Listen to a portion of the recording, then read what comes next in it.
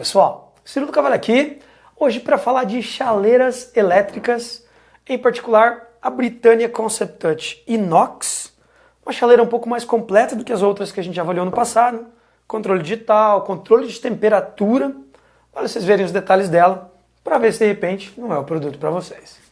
Vamos lá!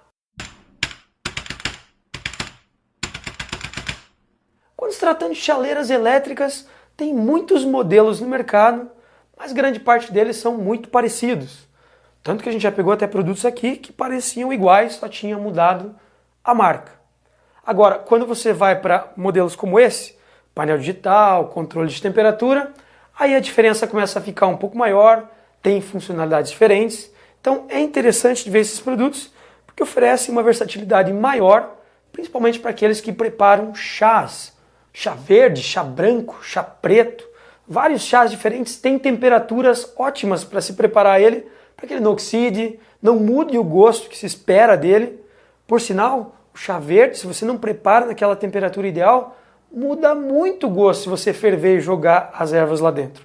Então, vale cuidar, e para aqueles que gostam bastante de chá e são detalhistas, um produto como esse pode ser bem interessante.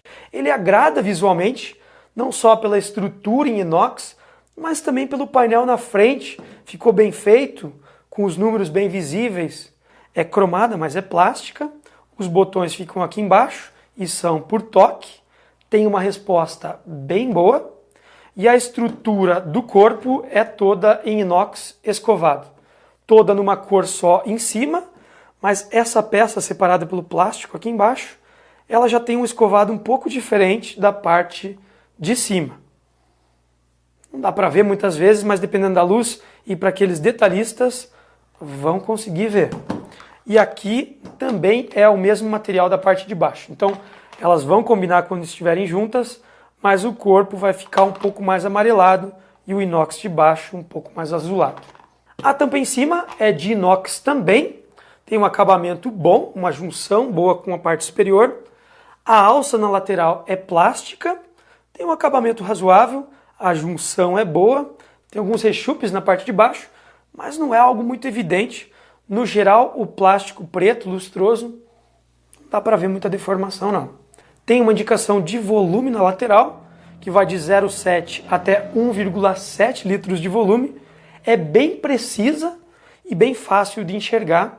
É um compartimento plástico que tem comunicação com a jarra através de 2 furos internos. É um dos principais pontos, por sinal, de contato do plástico com a água.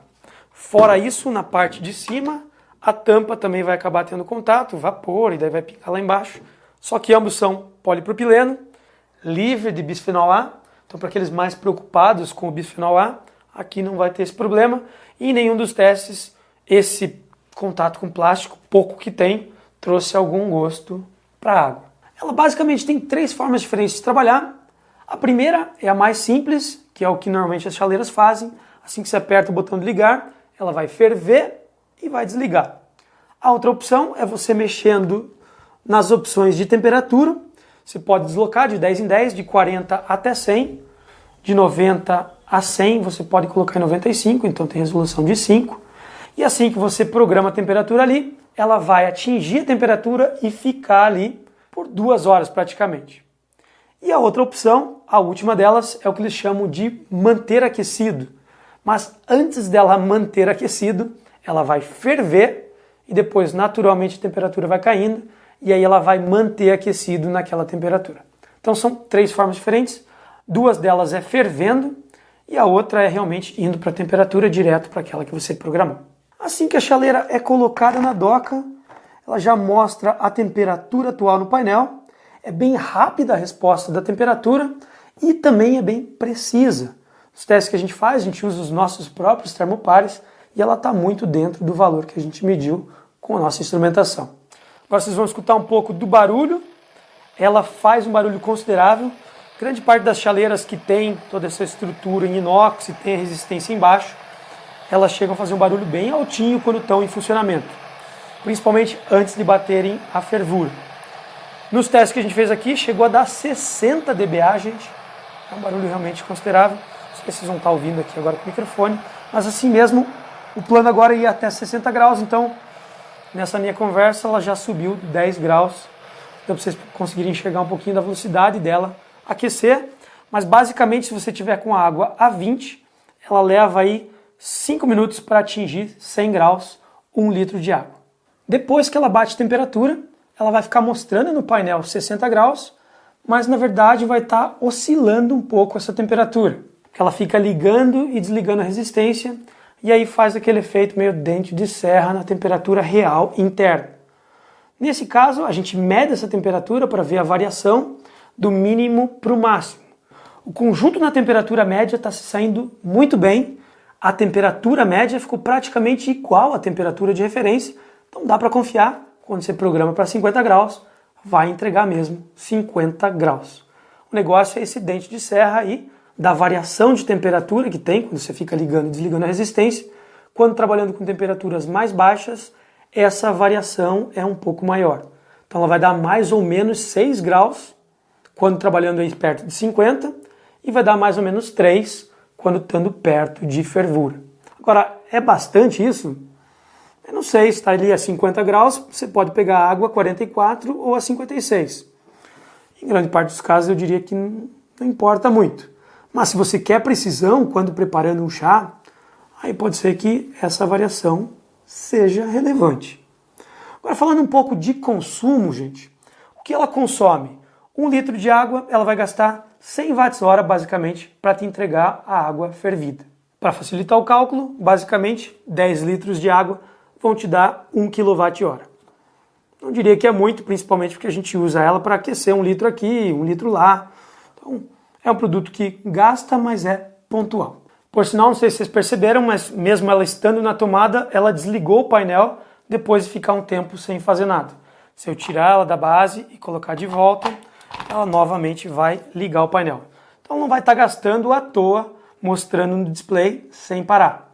Algo para aqueles preocupados com o consumo, mesmo com ela ligada toda hora na tomada. Quando se tratando de limpeza, apesar do conjunto ser todo de inox e do que eu já manuseei aqui, vocês já devem ter percebido também, ela deixa marca de dedos quando você encosta. Ela não é muito complicada de limpar. Tem muitos produtos em inox que fica difícil você tirar a gordura da mão, mas aqui até que foi relativamente simples.